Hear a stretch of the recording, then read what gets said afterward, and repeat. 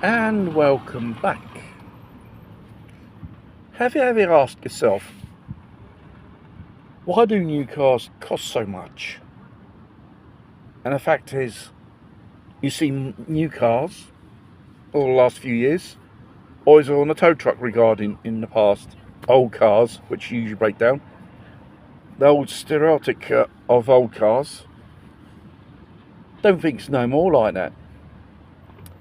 Probably the motive you pay so much for a car, we're talking about an entry level SUV, because city cars are disappearing. Because producing a city car for the manufacturer is the same cost as to produce an SUV. But the SUV, they have a great deal of a margin of profit on the sale of every unit produced and sold through the dealer. And the high costs is due to bad investments in EVs, which in the end no one wanted, and have to recuperate the costs on top of petrol and diesel cars, and the models which they currently producing. The fact is, you think you're buying a good quality car which costs so much, an entry level, 18,000 hour minimum, unbelievable, until city cars were still around. And obviously they sell you the finance, not just the car, not just the product, and other services, maintenance service, subscription service, activate certain services which you already pay for, like many known manufacturers are doing, to have access to the management box of the car if they have it serviced.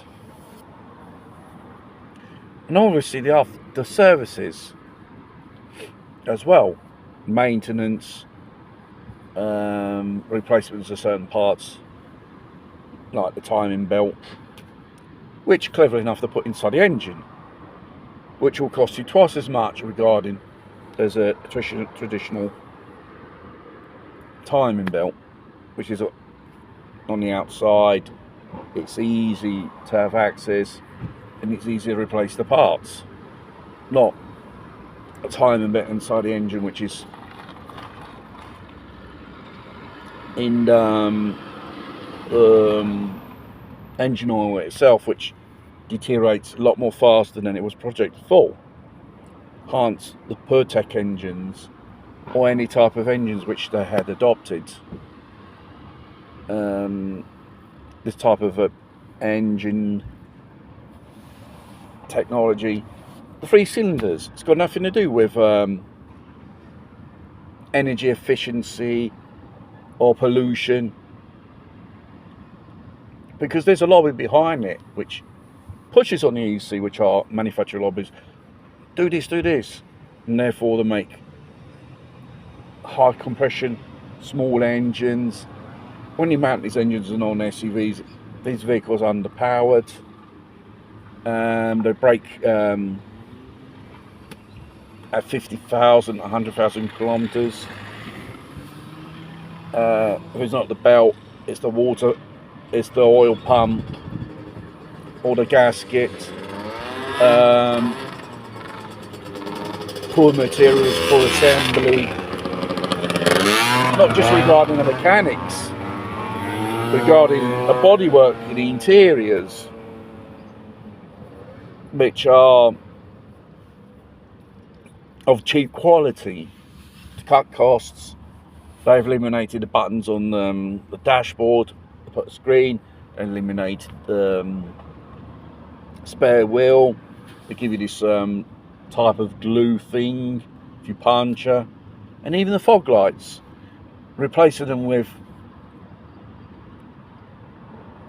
those LED daylights, which are not fog lights at all. And the engines itself, 3-cylinder engines with this type of timing belt inside, requires more maintenance, specified type of oil. You know, in the end, they earn more money of after sales maintenance or replacements of things when they begin to cut corners like Stellantis do, which the product itself suffers a lot in quality and reliability.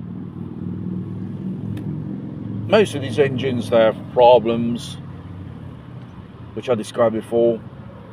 They don't even last up to 50,000 kilometers. They just disintegrate inside. They just break. And if it's not in warranty, it will cost you €8,000 to replace it. You know, another thing is too much electronics inside a car, which is one of the major causes of failures. Not the actual mechanical breakdown of the vehicle itself. It's always electrical electronic fault. And it's been proven too many electronics thus cause malfunctions of the vehicle itself. The fact is, these things are designed to fail. They want you to replace a car every 5 years. It's a bit like an electrical appliance, which after so many years you have to replace it because their duty cycles is programmed. It's designed to fail mostly after the warranty is expired, and afterwards expensive repairs and spare parts which are hard to find. It's all a scam to sell you. The fact is, this scam for high profits in the end makes angry customers, and therefore they won't buy that brand of car anymore because it's rubbish. They're going to spend a hell of a lot of money on a car and it breaks down and the engine disintegrates while you're still bloody paying it. It's absolutely ridiculous.